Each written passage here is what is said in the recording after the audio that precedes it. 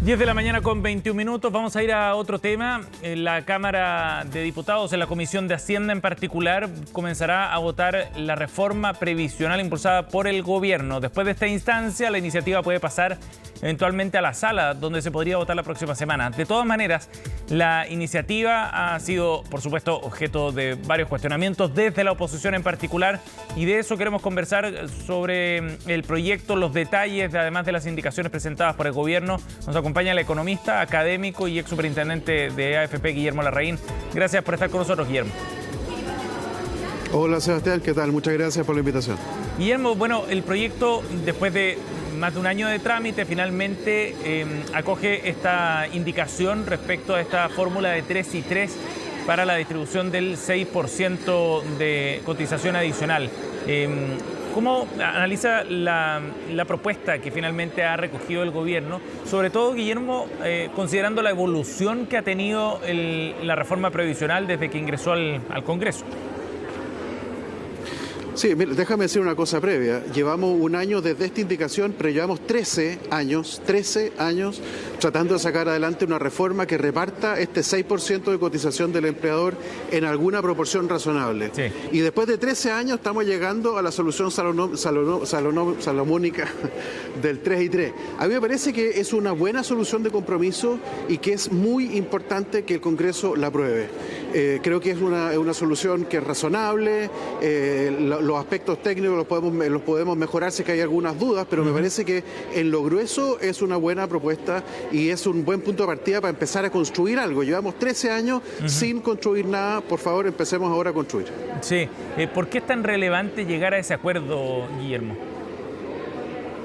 Bueno, porque llevamos 13 años esperando que haya una mejora en las pensiones. Solo se pudo hacer con un incremento en la PGU, pero la PGU, como voy a argumentar ahora en la Comisión de Hacienda, sí. La PGU es un instrumento que es muy útil que exista, es importante que exista, pero no basta para tener un sistema de pensiones completo. No basta, en primer lugar, porque la PGU, como en principio es universal, hay cierta letra chica, pero en principio es universal, en la práctica no incentiva la formalidad. Nosotros queremos motivar la formalidad. Queremos que haya gente que se sienta motivada a participar del sistema previsional para tener mejores pensiones. Y eso la PGU no lo cumple. La PGU tiene otras virtudes, pero esa no. La PGU además depende de las decisiones del Ministerio de Hacienda, que año a año tiene que ser aprobada en el presupuesto, y eso es algo que es un compromiso débil respecto de la situación de los adultos mayores en Chile. Entonces nosotros creemos que el 3%, ese componente de seguridad social, son recursos que no van al Tesoro de la Nación, porque es una cotización previsional que va al sistema previsional. Y siendo así, entonces es más factible que esos recursos efectivos, o sea, de hecho, totalmente esos recursos quedan dentro del sistema previsional. Me parece que eso es bueno. Esos recursos, además, una parte de ellos va a ser en la propuesta del gobierno y que del gobierno anterior, de Bachelet II también, una parte de eso va a ser una transferencia intergeneracional que es simplemente para suplir o más bien aumentar los ingresos de las personas que se están jubilando ahora. Claro. Pero una parte importante de eso también va a ahorro, y eso también me parece que es importante. El principio tiene que ser que para que haya pensión tiene que haber ahorro, y la excepción es este componente de seguridad social, que es lo suficientemente pequeño para que sea importante, pero no sistémicamente importante. Guillermo, detengámonos en algunos detalles. Por ejemplo, esta idea de llevar estos 3 puntos a seguridad social es el punto que más critican desde la oposición. Que no es necesario crear este nuevo pilar, dado que ya existe la PGU, es uno de los puntos. Otros tienen que ver con la propiedad de los fondos. ¿Qué le parecen esas críticas respecto a la generación de este seguro social con cargo a ese 3%? Dos cosas. Yo creo que es muy importante que haya propiedad de los fondos. Ahora, esa propiedad de los fondos, al menos la propuesta que a mí me tocó trabajar en su minuto, que era también parecida a la que tenía Bachelet II, son recursos que llegan a cuentas individuales y por lo tanto hay propiedad, pero pasan por un periodo previo de redistribución intrageneracional que me parece que es sumamente importante en un país como el nuestro. Así que propiedad de los fondos no es incompatible ese componente de seguridad social con que haya propiedad de los fondos. Eso es lo primero. Lo segundo es que necesitamos dotar al sistema de previsional de mayor riqueza de instrumentos para que tenga más digamos, flexibilidad para enfrentar momentos complejos. Eso, cualquier sistema que sea puramente de cuenta individual tiene el problema que tiene menos flexibilidad que uno que permita hacer algunas transferencias, legislar por ley, que no se aprueben en forma arbitraria por nadie. Eso me parece que es un principio que es importante también. Pero estamos ganando riqueza, creo yo, y eso me parece que es súper importante. Y la otra, una tercera cosa en realidad, es que para la clase media, lo que es la PGU es muy útil para el 40% más pobre del país. Tan útil que de hecho al primer quintil en la tasa de reemplazo, es decir, la pensión como porcentaje de su ingreso, es 170%. O sea, es muy alta. Claro. De hecho, no hay ningún sistema en el mundo que tenga eso como objetivo. Para el segundo quintil, la tasa un poco más baja, es razonable para los estándares que uno quisiera, en torno al 80%, pero ya para el tercer quintil, y para qué hablar para el cuarto, o sea, estamos hablando de tasas de reemplazo del orden del 40%. Entonces, la PGU no sirve para el cuarto quintil, para esa clase media acomodada, que tiene su casa, que vive en la Florida, que vive en Maipú, que vive en Puente Alto, pero que sin embargo las pensiones a esa gente no le alcanzan. Entonces yo creo que tenemos que pensar en cómo allegar recursos a ellos, y la idea de solidaridad contributiva, que son cualquiera de estos instrumentos que se han estado discutiendo desde el seguro longevidad, desde estos mecanismos de capitalización colectiva, cualquiera de ellos permite generar este tipo de redistribuciones que son sanas, son buenas para el país. En ese sentido, Guillermo, la propuesta alternativa que ha planteado la oposición de llevar el 6% a capitalización individual y con el objetivo de mejorar las pensiones de hoy, aumentar la PGU, ¿es viable como camino entonces, una alternativa o no? O sea, la primera cuestión es que si es pura PGU, la pregunta es de dónde salen los recursos. En el caso del Seguro Social, los recursos salen del sistema de pensiones. Claro. Entonces, ahora, si no es del sistema de pensiones, la pregunta es de dónde salen los recursos. En segundo lugar, si es que uno llevara, pongamos como referencia el cuarto quintil, tasa de reemplazo, según informa la Superintendencia de Pensiones, en torno al 40%. Si ese número lo quisiéramos llevar al 60% de tasa de reemplazo, que sigue siendo más bajo que lo que aspiráramos, pero ya es más decente, del 60%, ese 20% implicaría subirle la PGU. O sea, si lo hiciéramos con PGU, para subirle al cuarto quintil del 40 al 60%, implicaría subirle las pensiones también al primero, segundo y tercero. Imagínate, el primer quintil, que ya tiene hoy una tasa de reemplazo del 172, quedaría con una tasa de reemplazo de, no sé, 220, 230. Claro.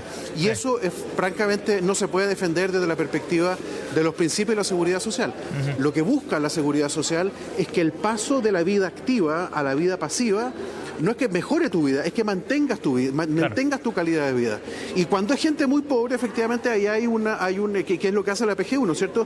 Protege a la gente muy pobre, pero al cuarto quintil a esa gente la PGU le sirve, pero mucho menos que para el primer quintil. Entonces, hacerlo a través de PGU me parece que no se hace cargo de la magnitud del desafío que tenemos con el 30% de chilenos que están entre el percentil 70 y 90. De acuerdo. Ahora, acá hay dos objetivos que hay que buscar compatibilizar, Guillermo. Uno tiene que ver con mejorar las pensiones hoy día y otro tiene que ver también con garantizar las pensiones de quienes vamos a jubilar en el futuro, ¿no? Y ese punto también ha sido relevado en el debate, entendiendo que si es que uno pone un énfasis en uno de esos objetivos puede eventualmente dañar el otro, ¿no?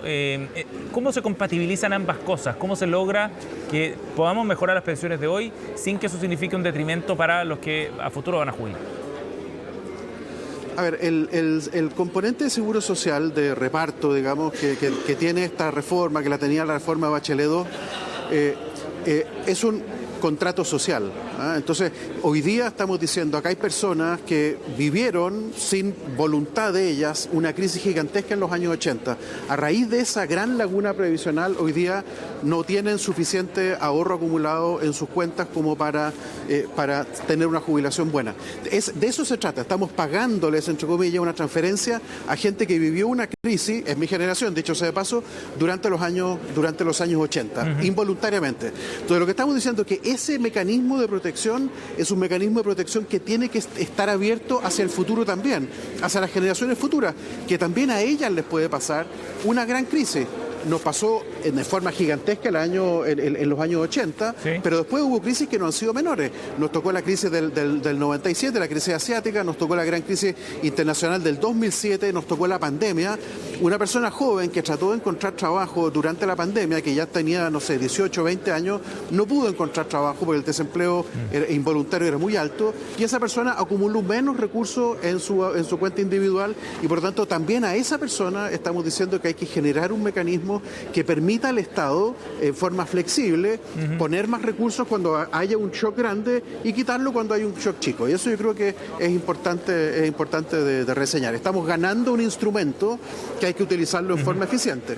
Ahora, otro de los argumentos que surge ante esa reflexión es que establecer ese seguro social, o sea, que algunos financien las pensiones de otros, puede suponer algún tipo de impuesto al trabajo, por ejemplo. Ese ha sido también otro de los argumentos que se escuchan en el debate, Guillermo.